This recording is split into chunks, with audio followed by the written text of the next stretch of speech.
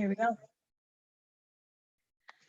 Welcome to Soul Horse Sunday, and this week's conversation is with Desiree Sher, and she's going to be talking about the role that her horse plays in her spiritual journey. Her horse's name is Skye, and I just know a little bit about them, and they have a really close and connected relationship. So I'm Delia with True North Equestrians. Thanks for joining me as we explore the role the horse plays in our spiritual journey. So Desiree, do you want to start out a little bit with maybe talking about how, I don't really know your story and how you met Skye or how you were called to her. So if you want to go ahead and start out with that. Yeah. No, I love talking about my girl, and thank you for having me and her by distance here. Well, the spiritual journey is really kind of two parts, because it's one, the spiritual journey of really the horse, and then Skye.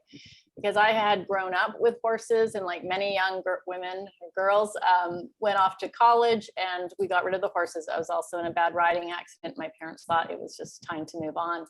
My kids rode when they were young, but I always felt that real call, but there was never enough time. There was never enough money. And so my kids rode. But there was just this pull. It was really, I remember it was May 2019, and I had done a 3-day, all the kids were out of the house, and I did a 3-day silent retreat by myself. And as soon as I sat down in meditation, this horse appeared. And in this vision that I was going through, their horse was there pushing me, not leading me, but really pushing me forward. So I really felt for about 3 days, this horse was present, and that feeling that I was being pushed back into horses was really strong. So about a few months later, I decided that there will never be enough time. There'll never be enough money. So I should jump right in, and decided to lease a horse. I leased a beautiful thoroughbred named Melody, who truly made my heart sing every time I got on her.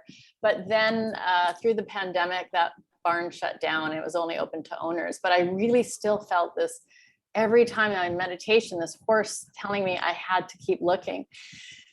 So I just kind of put it out to the universe that I wanted to find another horse, and stumbled upon on Instagram, actually, a rescue, the Second Chance Chikai Ranch. And I emailed them and I sent them a message, and I said, hey, this is going to sound really weird, maybe, but I'm looking for a horse to have a relationship with. Riding's not a priority, but I really want to get into a relationship with horse. I'm being called to do this. Can you help me with this? And so the trainer, said, yeah, come on up. So I did the long drive. It's about 60 miles from my house. And I drove up there, and he showed me some beautiful horses, beautiful warm bloods and quarter horses, all these horses that were at this rescue. And I didn't know what I was supposed to feel, but I know when he showed me these horses, I didn't feel a connection. And I kept saying to him, these are all so nice and they're beautiful, but I don't know what I'm looking for, but this isn't it.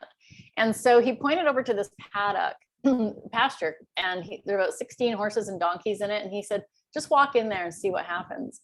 So I climbed through the fence and I walked in, and this beautiful kind of smoky palomino looked up from the hay feeders, the slow feeder, and purposely walked towards me with these long strides, stopped dead in front of me, and with her muzzle pushed at my chest, literally pushed her way into my heart. And it was like electricity. And I remember turning to Jim, the trainer, and I said, she's it.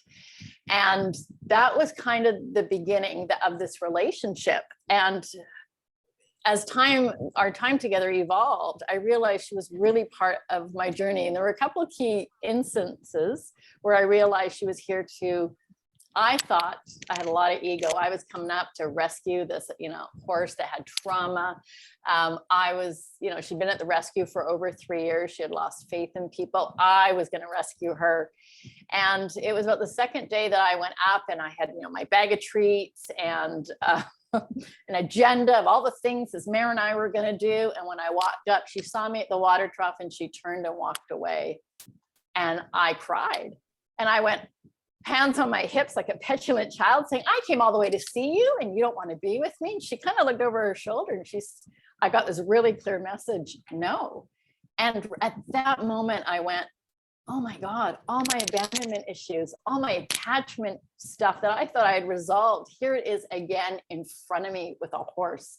And we're going to go into this. So that was kind of one of the key moments that I realized that Skye's journey with me was really for her to help heal my trauma. Yeah. And a couple, Right. yeah. And actually, it was about a year later, we were invited to be part of a documentary with an animal communicator. And the animal communicator had done her messages with Skye, and she was revealing them to me on the fence line. Skye was there and I was there. And she said to me, why do you think your relationship with Skye? And I said, oh, a lot of reasons, but I really think it's, you know, to help Skye with the trauma. And Skye turned around on the fence line, put her butt right up against the fence. And the animal communicator said to me, no, Skye is fine who she is. She's here to help heal your trauma. So there were some pretty loud messages about our journey. Yeah. Well, I love the way that starts. I was ready to cry there for a minute. Yeah, there's a lot of emotion always when I talk about Skye. Yes. And I absolutely agree that, of course, we can help them and we can rescue them. And I think a lot of them need rescue on a physical level, but I think that a lot of them emotionally are here to rescue their human, to save us from ourselves, to save us from to heal us with our past, and to help you, like you were saying, the horse was pushing you to help us move forward. I think to increase kind of our state of consciousness and awareness. Yeah, definitely. And I mean, and Skye's really clear about that she is very comfortable in who she is. And actually, I don't think, you know, I do any healing. I think, you know, together, what I really offer her is a safe place for her to find that peace and harmony she needs to heal herself. I don't ever take any credit for healing her. You know, people always say she's come a long way, but I think it comes from,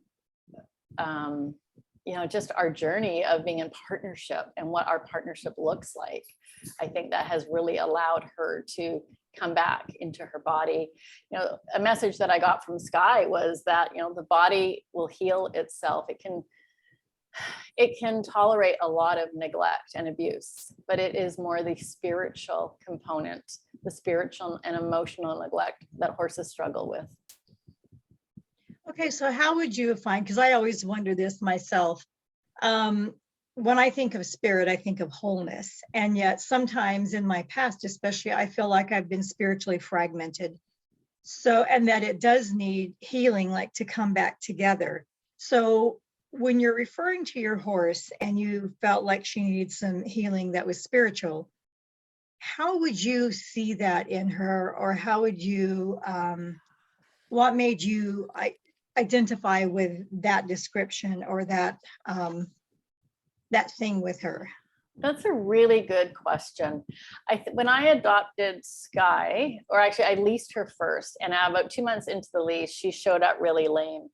And no, we didn't really know what it was. We tried a bunch of things, and a year later, she was still really lame. And I really felt like we were connecting, but there was a lot of resistance still in her. And I just, you know, I get these thought packages from Skye, and part of them are feelings, part of them are images. And I think, again, it was really just through listening and recognizing that, you know, there was a part of me that wanted right away, because she had a lot of emotional issues and I wanted to deal with that. But I felt we had to help her get over the pain. She had so much pain. She still has a lot of pain memories. And if I could get her feeling good in her body, feeling good about moving, then the rest would come. So it was really led by her. I mean, I asked her from the beginning. It was really, and again, I'm not an animal communicator. I'm not a psychic. There was a lot I couldn't do with Skye in the beginning. And I felt very helpless. And I did just call on, you know, I was a Reiki practitioner and I had let that slide, but she had so many sensitivities. I couldn't rush her. I couldn't halter her. All I could really offer her was to stand with her, to breathe with her, to offer her a place of peace and safety, consistency. And then through that, it was just an unraveling, really, an unraveling of thoughts, unraveling of messages, of listening, really listening. Yeah. Yeah, I think that sometimes we are their stability and sometimes they're our stability for exactly the same things that you've just said since the beginning of the conversation. You know, just a place, if we have a place of stability, then we can also regroup and remember, as in re-member ourselves and our past, our dreams, our purpose, our intentions, our courage, if we have that stability. And I use my horses, as I shouldn't say use, but I rely on my horses a lot for that. I always say that when I'm with my horses, I know who I am, independent of the world around me. Yeah, yeah. And I No, think we do that for them too. What you did for Skye is exactly the same. yeah, she pushed a lot and pushed me away a lot. And I'm persistent. You know, in my work life, I've been called a pit bull in lipstick because I don't quit. And so although she was lame, I decided to adopt her anyways, because I was a bit naive thinking, oh, I can fix her. But I made a commitment. I said to her that I was it, that I was going to see this through. Yeah. Yes, I understand the commitment, whether or not they're the typical horse that we can ride or that we can use in some way that will participate in some sort of a discipline or a sport or a practice in any way. And making that commitment just solidifies the soul's language. It solidifies an agreement, I guess, that we make with them and that we make with our soul itself. Our soul, we've agreed to commit to fulfilling that call. Yeah, you know, yes, I did I felt called. I felt like there was some kind of deeper contract. Skye's a beautiful horse. She was up on that website at the ranch for 3 years. Dozens of people came. Even when I was leasing her, people were coming to adopt her. She was very selective, and I really felt honored that she had picked me. And I was naive. You know, I had horses back in the 70s and 80s. I was a competitive, I used my horses as objects to further my own goals, my own aspirations. I didn't see them for the light that they are. I saw them as horses, and that was it. And I look at Skye and I see this beautiful being of light just in a horse's body. And I feel so honored that she chose me out of all the dozens. And I was naive. And, you know, I threw a saddle on her right away. And since that one day, she was very clear. She went backwards for a long way and said no. And I just went, okay, I got to listen to this. So I think it was right from the beginning. It was being curious. It was like, she doesn't want this halter. Why? So I just sometimes would stand there. And she also led me on another journey, because one day I was really frustrated. She's got really bad separation anxiety. And about a year in, I just was so frustrated. She walked out 2 steps after about an hour. And I remember just this big, heavy sigh, like, and all of a sudden she released this sigh, and then she took a step. So I would take a step and breathe, and then she would breathe and take a step. We kind of walked like that. And I went, there's something here in this space of breath and of pausing and of slowness. And there's something here that's connecting us. So I actually then went and became a breathwork facilitator because I wanted to know more. So I think my whole approach with Skye in this spiritual journey has really been about curiosity. Why is she the way she is? Or what is that behavior? Where before I'd say, oh, she's a bad horse, she's a lazy horse. And I've really let go of all those labels around the rescue horse, about her, you know, I don't look at separation anxiety as something bad. It's a sad horse. How can I support a sad horse? So she's really helped me shift even my language, because I had to lay down, you know, language of demands and force, and really come to her from a place of consent, a place of partnership. And I would often, you know, question myself, like, did I show up as the best partner? She didn't want to go for a walk, but did I drag her? Would I do that to my partner at home if they didn't want to go to the movie? Would I drag them to the movies? No, I would have compassion. So And the more that I did that, I mean, with Skye in the beginning, I got a lot of no's. No to the halter, no to leaving this, no to her feet. There were so many no's, but she'd never had that voice before. And I think then as we went on that journey, suddenly she realized, hey, when I say no, you respect me and you trust me and you don't go away, you come back and we try again. And I think that changing the language and the way that I kind of worked with her, again, helped us open that deeper door of connection. I find you said that she actually caused you to take a course in breath work. Well, yeah. Yeah, I find that horses, the more I talk to people, a horse has changed their course or added to something in their own vocation. And my horse did that. Actually, a horse that had passed actually renamed my company. I had called it the Equestrian Camino based on the Camino de Santiago. I wanted it to be this big journey, this pilgrimage that we take with our horse. And I love that. And I have a course on that. But after, it just never quite set. And Eli, my horse that had passed, and I was just so distraught because I didn't think he should have died. I felt like I should have saved him. I couldn't save him, but I just couldn't let it go that something went amiss and he passed and he shouldn't have passed. And I didn't want to think about it because I would cry. So I finally just sat down and did this ritual with things symbolic of him and my business and all of that. And I thought I just need to get, he keeps coming up, so I've got to look at it. So when I did that ritual, his name Eli, but his registered name was True North. And when I actually wrote his name, I put his picture in the middle and I put Eli and then I put True North and it's like, duh. Yeah. You know, so he actually changed the name and a little bit of the course on how my business was going. So I'm always amazed at how they show up and how they will give so much direction in our work life and our calling.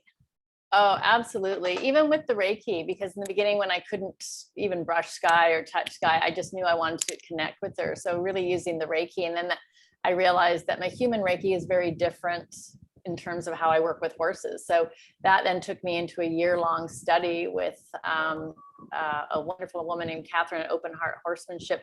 And we've been doing now this Reiki journey for a year of equine Reiki. And it's just learning that kind of really soul-based horsemanship just has been life-changing. And it's definitely been Skye kind of now pushing me along. Yeah. There was something else I wanted to bring up. There's two things, how horses push our business, and something else when you were talking earlier. And of course, I've forgotten the second thing. I hope it comes back. How do you think that your horse enlist you in her spiritual journey? Do you have any ideas on that? I always wonder how that goes. And part of me says, I think horses don't have as much baggage. They don't have as much stimulus as humans have, so they don't get as sidetracked. They have less stimulus. But I still think that they also incorporate us in part of their spiritual role. I don't think it's just a one-way street. So do you have any thoughts or any examples as to how Skye would have enlisted you? Of course, you know, actually what you just said when she was saying no, no, no, no, no. Once you said, I hear you, she had to turn and walk into those no's. Yeah. And then I learned though, because just because it's no now doesn't mean it wasn't going to be no in 20 minutes. And there were a lot of times because I would drive, it's about a 90-minute drive on a good day to get from my house to where Skye is. And there were many days that I'd come up and she'd look at me from the hay feeder and walk away through her field. Or she's also very fortunate. She lives on a ranch and has access to be at liberty at 16, 70 acres. And she would just walk away. And I would cry just thinking, I've put all this money and time and gas in my car and you don't want to be with me. And yeah, I would sometimes just for hours follow the herd and just follow them. And she would never really talk to me, but some of the other herd horses would kind of hang out with me. And it was just, I think, me realizing I would just kept coming and not asking anything. I just would come and just to be in the space with her. And I always thanked her and I always just felt some gratitude. And again, I mean, I've hired, I just feel like Skye had a lot to say and I, in the beginning, really wasn't as tapping into it. But now as I talk about it, I think I was, but I wasn't trusting those messages. And again, I mean, did that wonderful reading with Skye, and Skye is very clear on what she wants her legacy to be. She's 20. She's in better health now than when I adopted her. And, you know, her legacy, her hope is, and I wrote it so I get her words right, was to help horses and humans to live inwards in a peaceful sanctuary with all of us, and to find a path to integrate that softness into the outer world, right? And so how I like to think that the way that Skye and I are together in partnership on this really busy ranch with 100 horses, that we're sprinkling seeds and showing people about how to do things differently. And right. you know, she was lame for 644 days. And only recently did she came, I was sitting on the mounting block out in the field with no expectations, no saddle, no bridle, just sitting there. And she walked up and placed herself on the mounting, right beside the mounting block. And I wasn't sure if it really happened. And so I tried it again the next day, but then she did offer me a ride. But it was 644 days. And while we were doing all that rehab, we really just spent a lot of time together. I'd make herbal tea infusions and we'd sit and have tea together. I would read her poetry. We meditated together. So really I asked very little, but to be in her space. And a message she sent me just last week in meditation was, and I love what she said, it's so beautiful. She said that she is my link between heaven and earth, between my humanity and divinity. And she is here to help heal the conflict between my heart and my mind, to remember mystical, magical pathways. And I went, fabulous. That's worth all the waiting right there. Like, wow. That was worth your investment right there. And she had said, you know, she chose me because I had second sight. And she's teaching me to trust that more, that when I get those impressions of, sometimes they're pictures, sometimes they're words, sometimes they're feelings, to trust that they are from her or the other horses. Because that's something she's in a permanent herd. Again, she's blessed to be with this herd of donkeys and horses. There's, I think, 15 of them now. But I find when I sit and meditate with them, I can't connect with her. There's too much other chatter. So my best times to connect with her is when I'm at home and I'm in meditation, or I'm out on a nature walk in the forest near my house. And then I feel her presence, and I feel like almost her walking with me when I walk through the woods and sharing these messages. So I've gotten really good at keeping a journal because she's got lots to say, and I'm learning to tune in to that. You know, at the beginning, I often questioned, is this a game? Like, is this like my ego? But some of these messages and in the voice, and so profound that I really believe it's her. Right. And it sounds like, yeah, you know, and because I channel most of my information that I get, I channel it. I'm real intuitive when I'm with them or with all my animals, but I channel. That's how I get more linear information that's more concrete. And, you know, sometimes especially, you know, before I did it so much, same thing. It's like, I'm just insane. What if this is a mental illness, instead of what if this is how animals communicate and we're learning to listen. And I think it's a tremendous gift to have them speak with you. To trust me enough to hold their message. I feel very honored.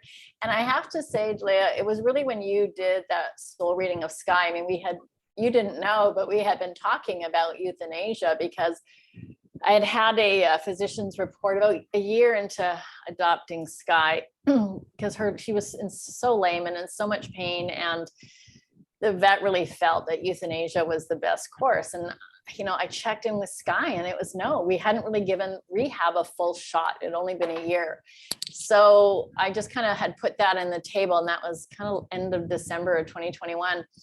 And then she was doing really well, and she was healing, and I really felt her life force was coming back. And then she ended up with a swollen leg and had to go back on antibiotics.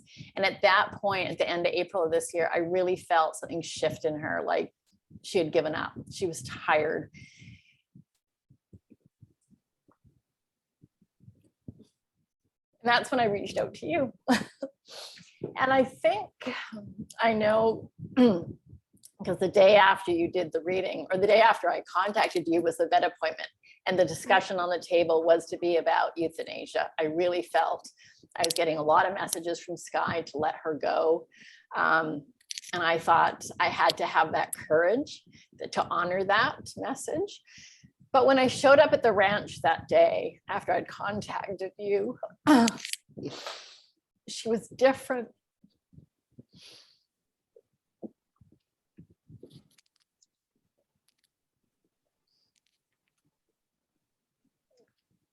Sorry. I'm just going to let this play out just like It this. was a pivotal moment.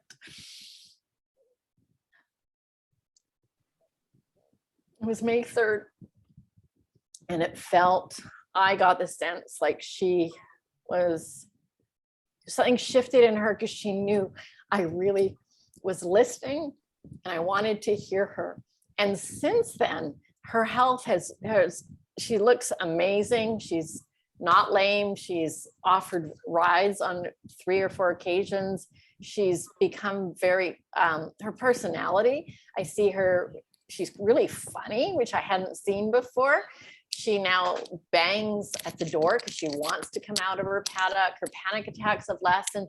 She is a totally different horse. And I really believe that it was that tapping in that you did for you to say to her that I wanted to know more. I wanted to know her at this deeper level. And I think that soul reading that you did just was so pivotal. It changed everything for her.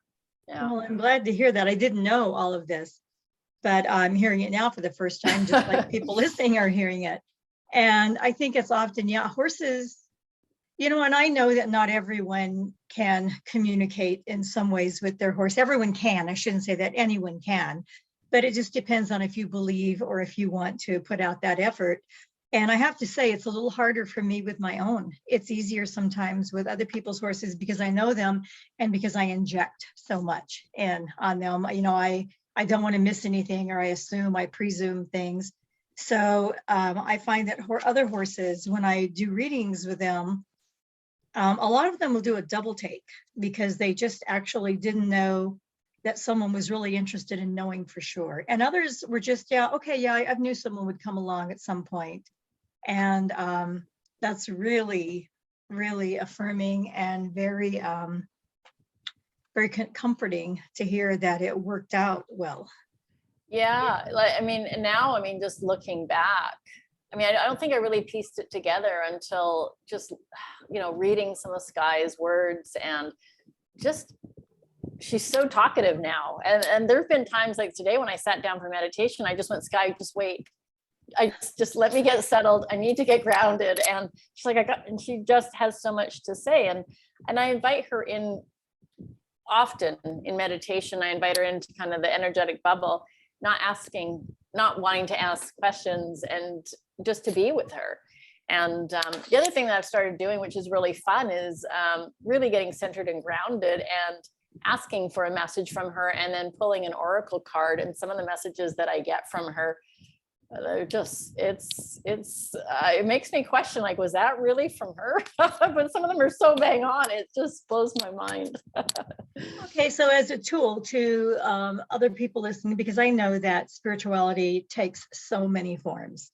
So yours is, very much emotionally and energetically how you experience your horse. So as an exercise, how would you recommend that someone use that particular exercise that you're talking about here, just in case someone wants to try something new and how they connect with their horse? Yeah, and again, it's only something that I've just done the last little bit because I just felt called to find a different way to connect with Skye. So I actually just get centered and grounded, and I have a variety of oracle decks. Most people who have one deck usually have many, and right. I usually pick 3, and then I ask again intuitively, and vision my higher self and Skye's higher self, and we select a deck, and then I just shuffle them until one falls out. If one doesn't fall out after a lot of shuffles, I'll just put them down and then put my hand over my heart and just ask for that message from Skye, and then I just intuitively pick one. And again, I've only been doing this about a week, 2 weeks, but again, and then I write the message down, and in time, as I start to journal that, I can pull out little pieces, but some of them are so profound that it's like, there's another force that's at play. Right. For sure. And the more we tune in, the more opportunities Absolutely. we get. Well, and I have to say that as Skye started to offer the gift of riding, I really struggled with it because I felt she'd been lame for so long. She's 20. She's had a very long show career before she ended up in my life. And I really questioned, should I ride her? Just because she was offering a gift. And I really had to tune in to that and really sit with that and really spend some time. And again, the message, that I got was, it was a gift from her. She didn't know how long she was going to be able to offer it, but it really was a gift. And she wanted me to accept it, which then part of my healing journey was, why is it so hard for me to accept gifts? So, right. So she's always teaching. Yeah. And I think that those of us that are horse connected or horse bonded, that we will pay more attention to what they say than we will someone in a class or a friend or a reading or a course or something that we take. But when we're connected with our horse, we will be more open to listening to it. Yeah. And again, when I started, I didn't get messages at the beginning with Skye. For me, it was just really, there was nothing else I could do with her. I couldn't halter her, brush her, do anything. So it was really just sitting in her paddock for hours and just being with her. I would meditate, I would offer Reiki, but it was really just learning to slow down and she loves that. I mean, for her, anytime I come rush, she's like, no, I'm not going to be with you. And it's like, okay. And I had recently lost a friend and I showed up at the ranch and I was going 1,000 miles a minute. And Skye took one look at me and she's like, no, I'm not coming. And I was like, you smart girl. So I went and mucked paddocks for a couple hours, came back and then she connected. And I think it's that. I think, when we show up to be with our horses, we need to ask ourselves, are we present? Are we here for them? I have this little exercise that I do as I drive to the ranch. It's a long drive. And I actually, as I'm going down the highway, I always unroll the window or with the little button, press down the window. And I imagine myself throwing everything out, all my work stuff out the window, anything on my mind out the window. And I'll always put on just some really soft music as I make that last drive up and take some breaths and just show up as a clear vessel to offer her my best self, because she deserves that. She doesn't deserve the craziness that I'm in with my work and my job. She deserves the cleanest, purest version of myself. And I try to offer her that as consistently as I can. I'm not perfect. I have bad days like I did recently, but then I know this isn't right energy for me to be with her. So I'll go do something else and then come back. And sometimes I have to recognize that all the plans I had for today are not Skye's plans. And again, it's interesting because you have conversations with people because around consent, because there are times where she has to get her feet done, or like tomorrow, the vet's coming for a checkup. She has to do that. But again, I talk to her about that and I share that with her. And this is what we're going to do. And this is what's going to happen. And there are other times where she does get that luxury. She doesn't want the halter now. Okay, but we can be at liberty. Or you don't want me to pick up your back feet now. Okay, we'll do the front and we'll do the back feet later, or maybe tomorrow. And so we negotiate a lot, and that's okay. I really had to let go of my own agenda, and every day she's different. I have her self-bridling, and I was showing somebody, look how she self-bridles, and Skye's like, nope, too fast, slow it down.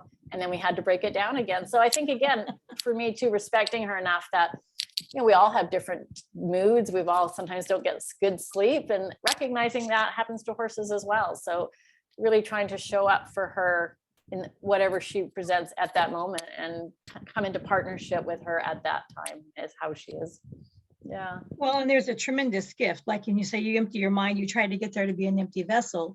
That's a tremendous benefit for you, not just for her. It is, because, I leave the ranch a different person. I'm just so blessed. This beautiful sanctuary horse rescue. I made the decision to keep Skye there because she's so herd bound for now. But it's nestled in this sacred valley of these mountains, and really just being in that place, being in the gift and I have gratitude that she lets me be in her energetic bubble every day. And I give thanks for that. Even when the days go crappy and I'm in the tack room, frustrated at myself because what we did yesterday didn't work today. Yeah, we still have those moments. But I think it's recognizing that we both take our space and then we come back. And you know, one of the best books I read about horsemanship wasn't about horses. It was about how people, it's called Wired for Love, and it's all about attachment styles. Learning that helped me be a better partner with my horse. It's bizarre, but it really works. Interesting, yeah. You know, you have to ask yourself that question with your horse. You know, if your horse was a human, would they want to date you or be married to you? Like, are you good enough for that, right? Yeah. Well, I have to negotiate a lot with my mare too, Chant. She's very opinionated. Oh, you should. And who I was 10 years ago, or maybe when I've had Mystic since 2004, my gray mare. And at that time, I was still more into being the herd leader. That's, the teaching that was very strong then. And I do that. And I still have to do it sometimes. Like you said, they've got to get their feet done. The vet, they have to be nice to the vet. They have to know to trailer. There's just a lot of things they have to know to do. You have to be nice picking up your feet. And they are, they're great for that. But Chant can be very, very opinionated. And who I am at this point, I got her in 2017. And who I am now is so different than who I was when I got Mystic in 2004. I would not have been as open to negotiation. And with Chant, I'm perfectly happy to negotiate. And I like that my relationship with horses and my understanding of relationship between horse and human has morphed to that point. I just find that it's caused me to have more opportunities with how I do things, and a lot of trial and error. Some of them work, some of them don't. I think most of them work, but it's also caused me to not be so afraid of the no. Like you were saying, that Skye does a lot of no. Yeah. And Chant can do no. She's actually highly interactive. I mean, she always wants to do something, but she has said no to a few things, and it's caused me to, it's very upsetting when she said no. She was, we had a thing with shoes, and she decided she wasn't going to do it. And you can't really make a horse get shoes. And I'm not going to do that drama for any of it, unless it's life or death. And shoes aren't life or death. So I just come up with a different way. But I realized when she had said no, and it became a big issue with the farrier, that I was really, really worried about it. And what I realized is that it brought up all of my stuff that was in my shadows. And I find that horses will do that a lot. If we find that we're getting a no from them, and the more upset we are, if we take a little bit of time and look into that, then we can find what it is that we are carrying over in our reactions to when our horse says no. Yeah, no, the shoes is a really interesting thing, because again, in the beginning, I didn't really have a strong voice because I was leasing Skye. She belonged to the ranch. She wasn't mine. And even when I adopted her, because she was still at the ranch, I didn't really speak up for her. And what I did, because the vet had said, she's lame, she needs shoes, I put shoes on her, but Skye said no to shoes. So what did we do? I mean, we sedated her. The trauma now, when I think back, every 6 or 8 weeks, we had to re-sedate her. And then I realized that she was saying no to shoes. And it turned out, she had a lot of health issues with laminitis and insulin resistance and a lot of issues. And I realized I had the responsibility to do it different. So she definitely taught me to step into my own power and my own voice, especially in a busy ranch where you get a lot of different kinds of trainers, a lot of different kinds of relationships. And I was doing things so differently with Skye that I realized I kind of had to sequester ourselves into one corner of the ranch just so I could get my footing with this. And then I realized I had a responsibility to teach her about her feet. So now, 7 months later, and I decided I'm not doing shoes more I delved into that, I went, that's not the right journey for Skye. And now when she sees me walking with her little hoof boots, she'll lift her feet just up in the air as I come. But that was my responsibility to teach her, to find out what the no was and to help her make that no a yes.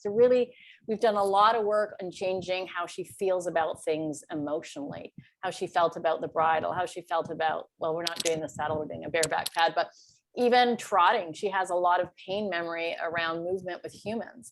So we're working on just changing how she feels about all of that, how she felt about her feet, how she felt about brushes. Even now I've trained, she has a choice. She can say, I put the brush on the table out in the field, and if she wants to get brushed, she comes up, she taps the brush, and then we brush.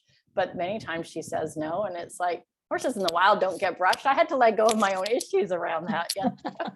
So yeah, I think, right. Again, just horses teach us, there's no one else standing up for our horses but us. So we have to be that voice. And I had a lot of issues around my throat chakra and not speaking up. And man, when you have to speak up with the vet or the farrier, or even in a boarding place where you're doing things differently, you have to for your horse. You have to be that voice. And I also learned too that sometimes no to the farrier is no here. I always used to bring Skye out of the paddock, and I said to the farrier, can we meet her in the paddock? So now when she gets her feet, and he was very agreeable. I'd never thought of that before. So now he comes in. She's got usually 3 or 4 of her herd mates standing around in a semicircle while she gets trimmed every 4 weeks.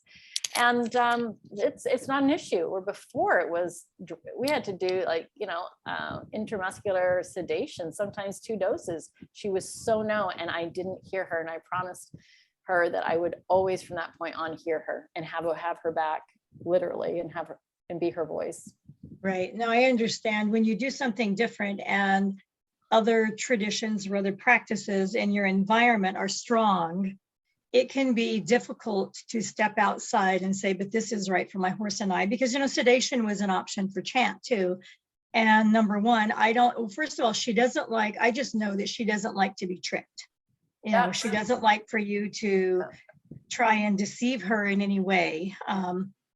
And so I don't want to go down that road because for her, it's really dishonest. And I don't really want her sedated unless she has to be sedated for a medical procedure. But it really was hard for me to step outside and say, I'm going to find a different way. And I did, and it's worked great.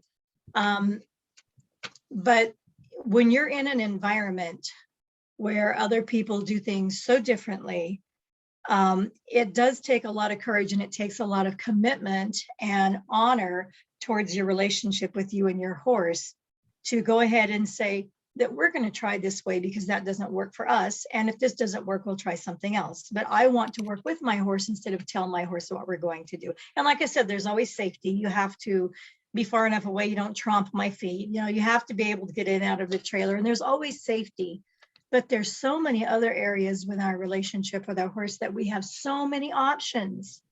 And sometimes if you have a horse that's agreeable, you will never know that you have so many options. But when you come across a horse that says no, or you meet with resistance, it opens a whole new world to the options. Oh, yes. Because I had horses before, and they were all, I put in quote, push button. The only horse that was kind of a challenge, my dad said, oh, too much horse. We sold him.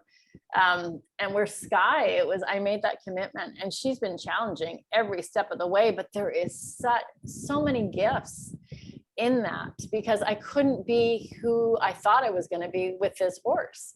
And what I've learned is, and it's been fascinating because I was doing things so differently. But I think you don't realize when people are watching. And I think, people would drive by and see me in the paddock, with my poetry while Skye was sleeping, reading poetry, and they, mock me.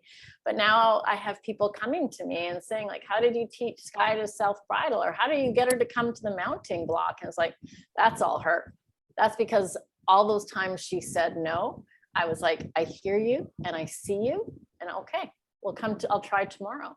And I think that, and just giving that space to build the relationship, really, it was a good year of me asking for nothing. And I know a lot of people don't have that time, you know, maybe they're on the show circuit, or, you know, they have a lot of pressure from family, you know, it's different, but I had that luxury that I was so grateful, you know.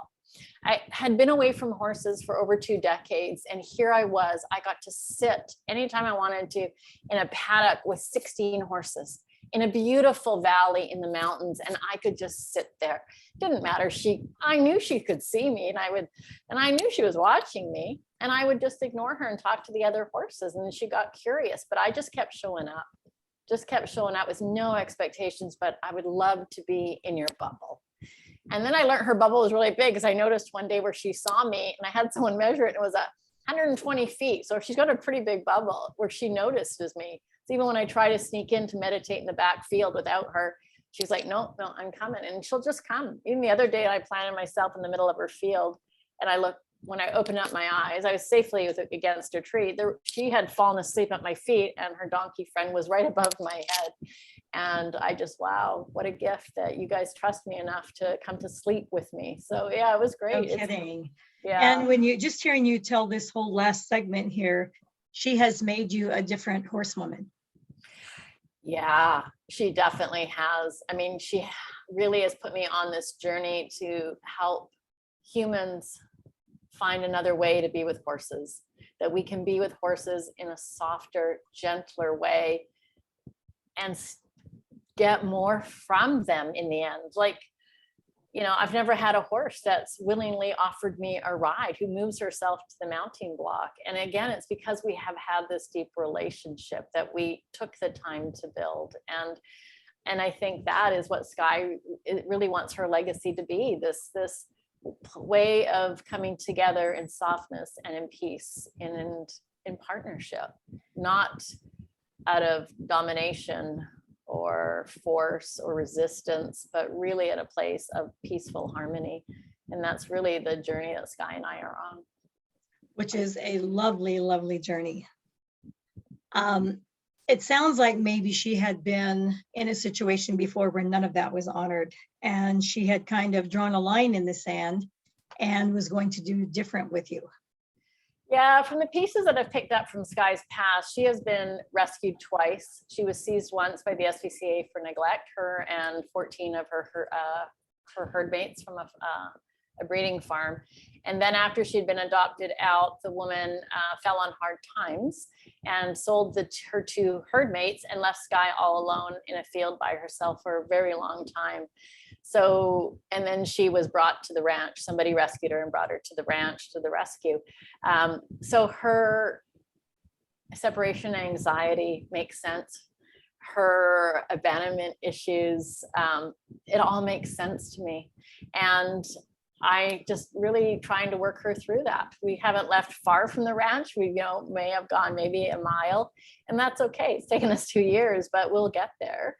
And even if we don't, we're really happy just exploring. We're fortunate. So there's 70 acres in the ranch. So sometimes we don't do, I often come with no expectations. I mean, I always have a training plan of things I'd like to work on with her, but so there's so many days where I just come up and I just watch her graze in awe that I get to be in the company of this amazing soul, and that this is our journey together.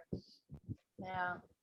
So I have so enjoyed this conversation with you. And we're coming up on an hour, so I'm going to start winding it down some, but I so appreciate everything that I've heard you say. It's so affirming on the evolution, as to how we are starting to see horses and how we are starting to partner with them versus how we used to do it.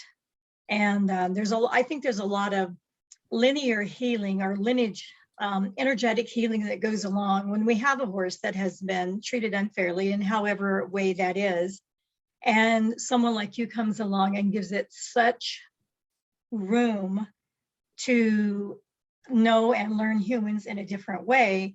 I think that that kind of healing energy just vibrates out into the world.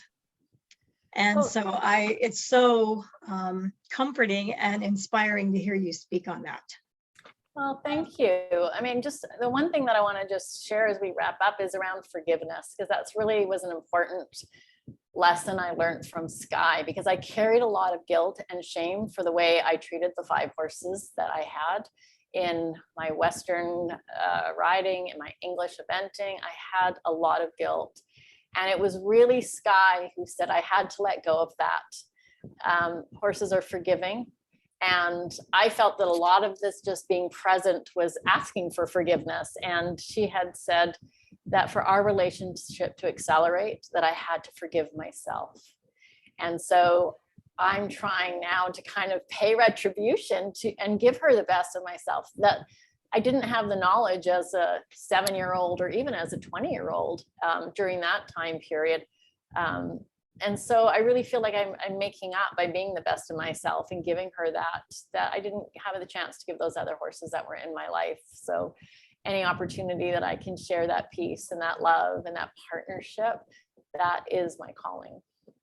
Well, and it's a tremendous gift that she gives you to help you forgive and for you to be able to allow her to. Like I said, your friends might tell you that and you won't hear it, or you might hear it, but you won't incorporate it. But when your horse tells you that, you pay more attention. Well, and I've learned too, you have to be careful who you kind of take counsel with, because some people will think you're crazy when you start sharing your horse's messages, even when they love you and their family. Yeah. So it's kind of, you find those other like-minded, soul-minded horse people. There's a lot of us weirdos out there. There is, and that's where you build your community. And what the ridicule and the mockery, you just let that go and just keep going as your horse leads you. Yes. Well, did you want to talk about your work? I don't know if you include horses in your work that you do. You're a coach, right? I am a personal development coach. I've been a personal development coach since about 2012. I'm exploring now bringing that horses and humans together to honor some of Skye's legacy. But I do have a equine Reiki practice, which you can find at my website, which is DesireeSher.com, and also on Instagram at Heart and Horse, or Horse and Heart, sorry. So yeah. Well, thank you. Thank you so much for joining me. I've so enjoyed hearing your story. And even though I did a reading for Skye, I've never spoke with you. I don't think I've ever spoke with you. We spoke briefly on the phone because I had a couple of questions, but no, it's been an absolute delight. Like I shared, you really were pivotal in Skye's physical healing and and just opening up that deepening and opening up that communication channel. So thank you for that. Thank you for being curious about our journey and for letting me share Skye. It's an amazing, you have an amazing journey with her. So I'm just going to say, anyone else that's interested, I'm Delea with True North Equestrians. If you'd like more information about my work, you can go to truenorthequestrians.com, and there's all kinds of information on my website. So thanks for joining us in this conversation on Soul Horse Sunday.